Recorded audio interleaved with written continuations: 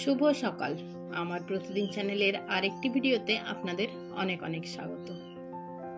আজ আমি একদম খুব কম উপকরণ দিয়ে বানাবো রুই মাছের টক। এই রেসিপিটি আলু পোস্ত ভাতের সাথে খুব ভালো লাগে খেতে। তাহলে দেখে নিই আমি কিভাবে বানাবো এই রুই মাছের টক। আর আপনারা যদি এই রেসিপিটি জানতে চান তাহলে আমার ভিডিওটি প্রথম থেকে শেষ পর্যন্ত দেখুন।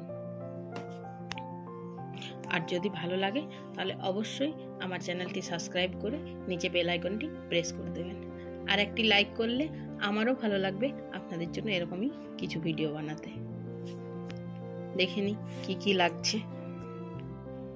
আমি এখানে 5 পিস মতো মাছ আগে থেকে খুব ভালোভাবে ধুয়ে নুন হলুদ মাখিয়ে রেখেছিলাম। তারপর আমি একটি কড়াইয়ের মধ্যে তেল গরম করে মাছের পিসগুলি হালকা ভেজে নেব। টকের মাছ খুব কড়া করে ভাজার প্রয়োজন নেই। এক পিঠ হালকা ভাজা হয়ে গেছে, আর এক পিঠ উল্টে দেব। একদম হালকা করে ভেজে মাছের পিসগুলি তুলে নেব।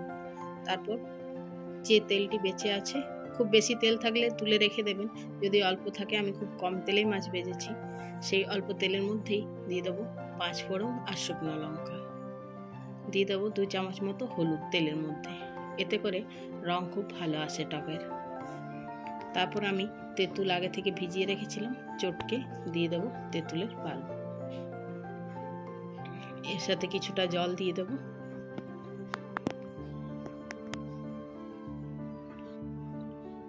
তারপর দিয়ে দেবো স্বাদ অনুযায়ী লবণ।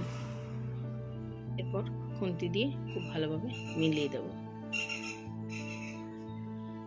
টকের ঝোল ফুটে উঠলে দিয়ে দেবো অল্পখানি চিনি।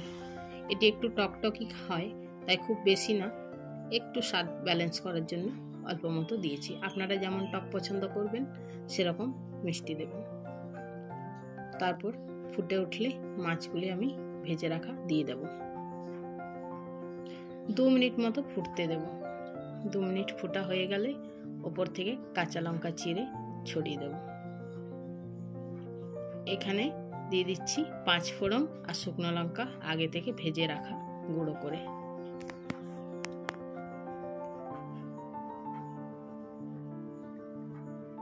এরপর একটি পাত্রের মধ্যে ঢেলে উপর থেকে কিছুটা পরিমাণ কাঁচা সরষের তেল ছড়িয়ে গরম গরম ভাতের সাথে পরিবেশন করুন।